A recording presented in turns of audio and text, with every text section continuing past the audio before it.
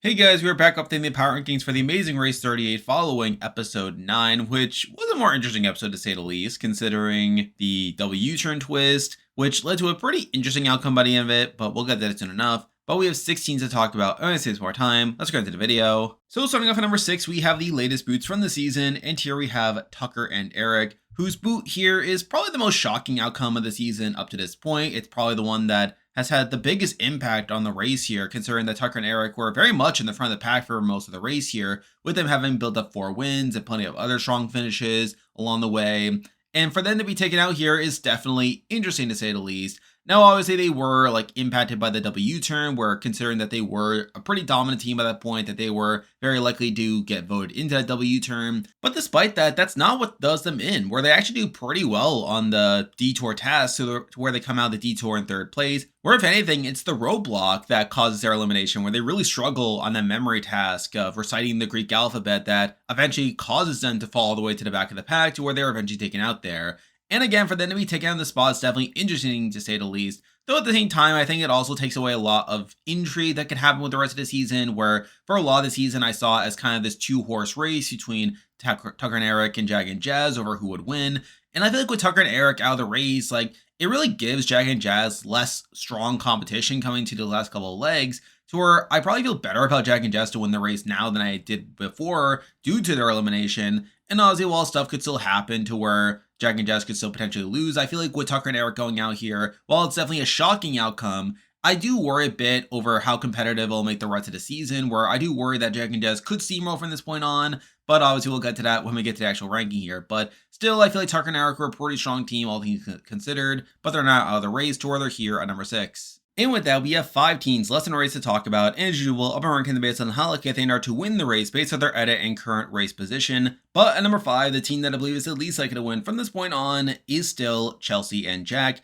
who, to be fair, have their best performance on this leg here, where they came into the leg in 5th place, and while they were in the back of the pack for a lot of the leg here, despite them not being voted into the W turn, they end up turning it around at the roadblock, where they really catapult other teams to where they do eventually finish the leg in 2nd place, despite them coming into the roadblock in 5th place there. And again, the fact that they got a 2nd place finish on this leg is at least somewhat noteworthy, considering that they hadn't gotten a single top 3 finish up to the race up to this point. So I feel like that's worth noting at least. But at the same time, I still feel like they're a team that hasn't really been focused on the edit. I still feel like they're not really that big of a rooting interest. And despite them technically getting a 2nd place finish on this leg here, it's really one that they only got due to that final task where, like I said, they were in the back of the pack before that task. And aside from that, they still have performed pretty mediocrely during most of the race anyway, to where I feel like those factors make it so that despite their finish, it wasn't really enough to catapult them too much higher in this ranking here, to where I still have them here at number 5. And moving on to number 4, and this is another team who I'm still not feeling that great about after this leg, and I feel like this episode was not the greatest showing for them, but at number 4 we do have Kylen and Taylor,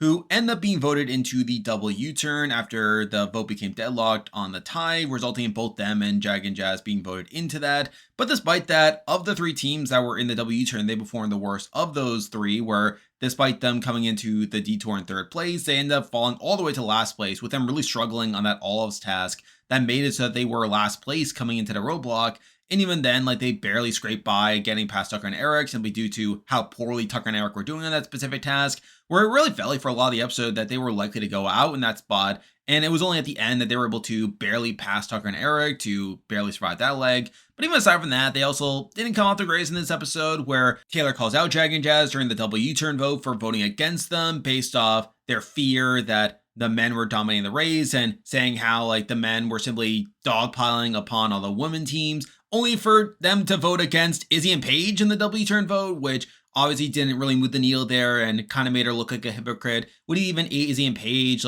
calling out Taylor for this in confessional, which again is not the greatest look there either. So I didn't feel like Kylen and Taylor didn't come off the greatest from an edit standpoint either, where the fact that they got negativity with Taylor coming off as a bit of a hypocrite with the W turn decision is obviously not great there. And mixing that in with the fact that they didn't do the greatest in this leg either, was enough to have them here at number 4. Now moving on to number 3, and I had a bit of an interesting decision with this one as I did debate these two teams a little bit here, though after thinking about it, I actually decided to bump this team below the other team compared to where they were last week. But number 3, we do have Izzy and Paige, and I did debate this to a degree. I did debate over their exact placement here, but after thinking about it, I feel like the number 2 team performed better across this leg. I mean, where Izzy and Paige came into this leg in 4th place, they do finish the leg in 4th place, which is something. They remain relatively consistent in their placement across the leg here. And they do also get to talk a bit about the U-turn decision, calling out Taylor for voting against them after making a speech about how she's worried about the men dominating the race. That's something at least, especially considering that the vote didn't end up mattering by the end of it, where they weren't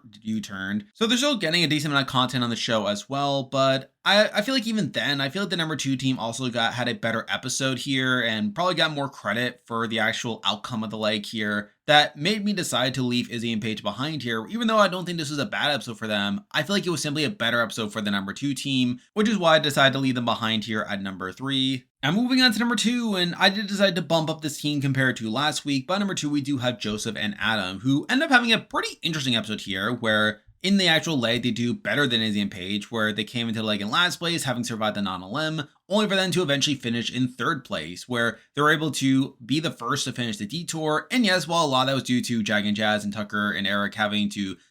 complete both sides of the detour, whereas Joseph and Adam did not, they were still able to remain in the top 3 the rest of the way. They do eventually pull out a 3rd place finish, which is pretty good there. But I think aside from that, they also get a decent amount of content when it comes to the actual U-turn decision, where we see them very much pitted as the swing votes during both of the rounds here, where Joseph was very emotional about the decision. He didn't want to have to betray Taylor or Jag and Jazz in the situation, considering that they have been working together, whereas Adam was more game focused and having to recognize what needed to be done there. And they do ultimately become these major swing votes in deciding to tie up the vote on the revote to ensure that both Jag and Jazz and Kylen and Taylor are sent into the U-turn alongside Tucker and Eric. And they later take credit for this move as being necessary to take out Tucker and Eric, how taking out Tucker and Eric open up the race, and they really take credit for that, which isn't exactly true, as we saw that neither Jag and Jazz nor Tucker and Eric were slowed down by the W turn, where Tucker and Eric's elimination was more so caused by the roadblock, to where Joseph and Ab's decision here was actually very marginal at the end of the day, but the fact that they are taking credit for this move is still pretty good for their edit, and does make me more confident that they'll be more relevant players later on in the race.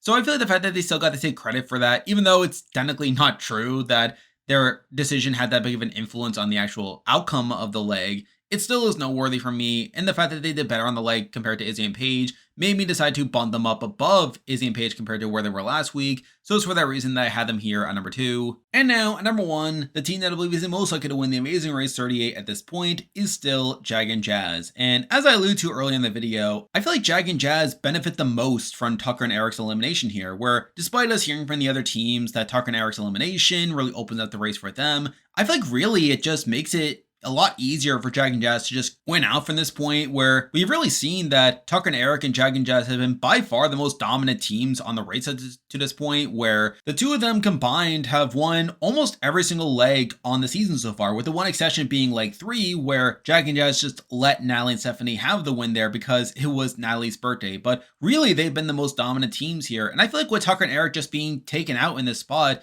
it really just leaves the race wide open for Jag and Jazz to just steamroll the rest of the way here. So I feel like that's pretty good. Mixing in the fact that they also won the leg here, where despite them being voted into the W turn, they still just blow right through both the detour tasks, where they end up finishing second the detour, and then they're just able to pass the other teams to be first placed anyway the rest of the leg, to where they do get their another win there. And even edit-wise, I feel like they're not entirely bad either, where while Taylor does knock them for voting against Kylen and Taylor in the double U-turn vote, with them accusing Jag and Jazz of